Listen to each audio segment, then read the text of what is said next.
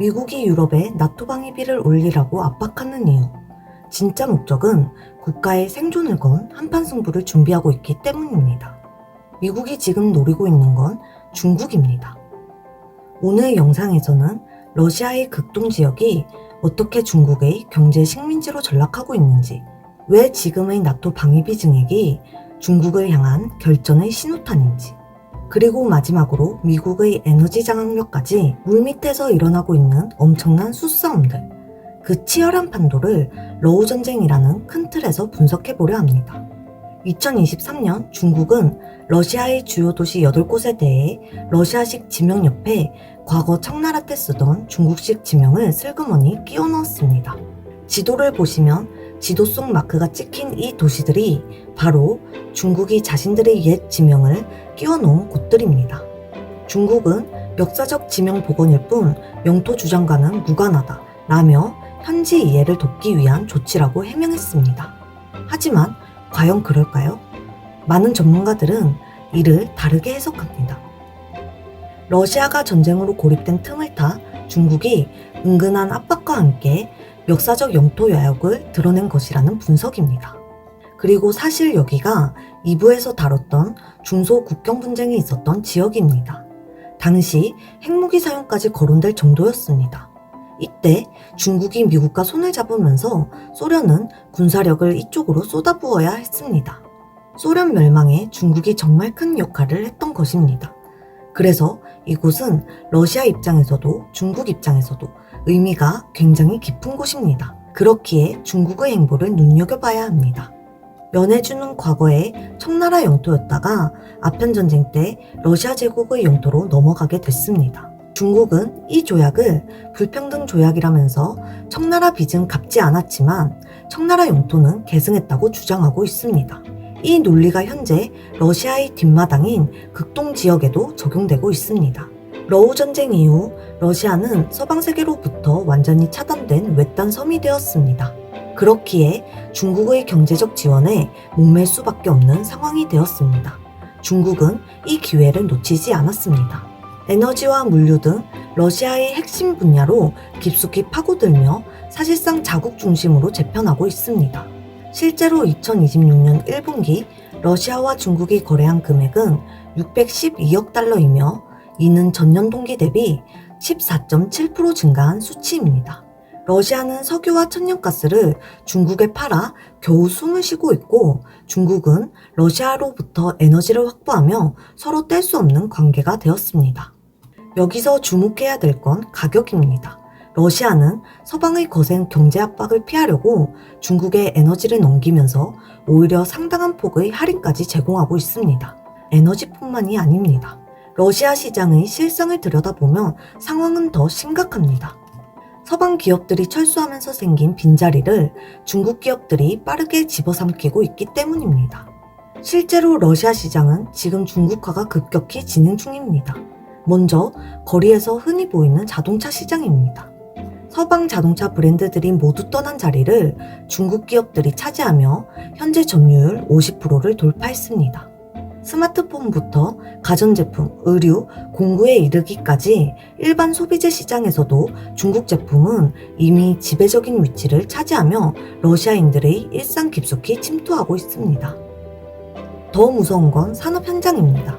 산업기계, 건설장비, 핵심 부품과 자재까지 중국산 의존도가 극도로 심화되고 있습니다. 사실상 러시아의 생산시설과 공급망 전체가 중국의 손아귀에 들어간 셈입니다. 그런데 여기서 우리는 반드시 주목해야 될 현실이 있습니다. 러시아 극동 지역은 러시아 땅의 36%를 차지할 정도로 광활하지만 정작 사는 사람은 785만 명 뿐입니다. 러시아 전체 인구의 5%도 안 되는 세계에서 가장 사람이 적게 사는 곳입니다.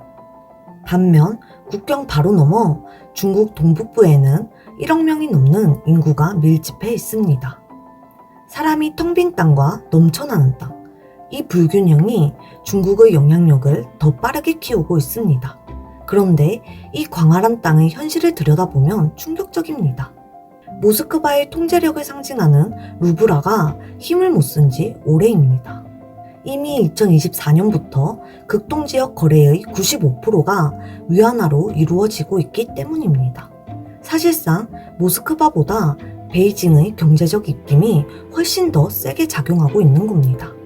러시아의 땅이지만 경제적 주권은 이미 중국으로 넘어갔다고 봐도 무방한 수준입니다.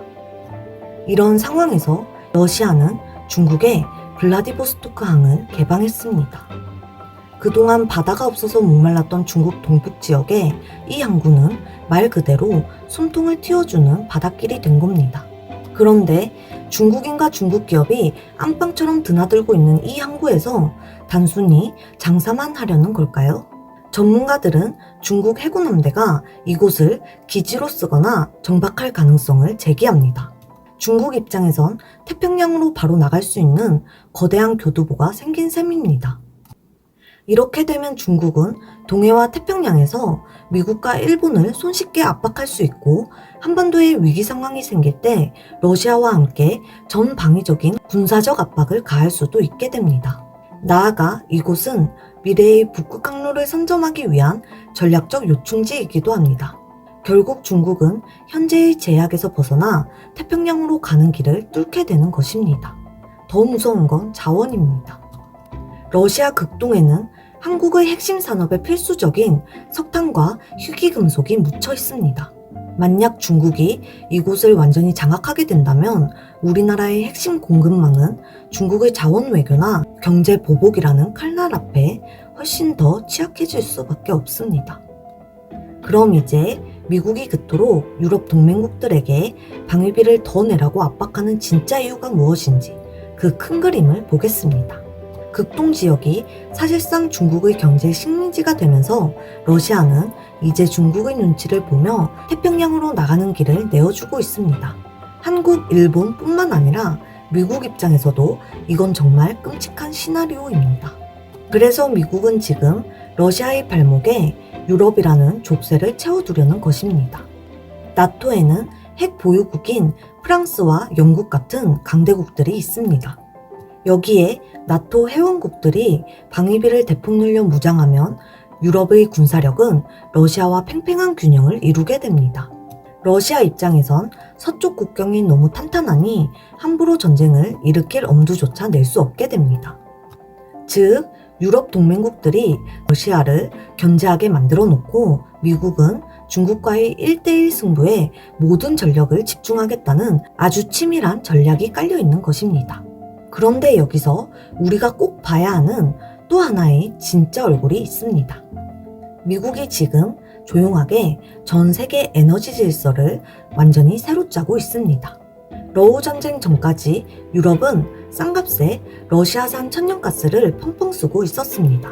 하지만 전쟁 이후 러시아가 고립되자 그 자리를 누가 채웠을까요? 바로 미국입니다.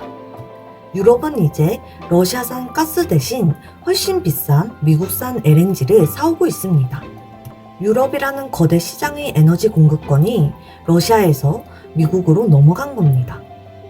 미국은 유럽에 에너지를 팔면서 단골 고객을 확보했고 세계 에너지 시장의 주도권을 그 어느 때보다 확실하게 쥐게 되었습니다. 미국은 러우 전쟁을 통해 군사적으로는 동맹을 결속하고 경제적으로는 에너지 시장까지 장악하며 이전보다 훨씬 더 강해지고 있습니다. 그리고 이 에너지 공급망 주도권 흐름의 변화는 다음 편 중동 전쟁에서도 이어집니다.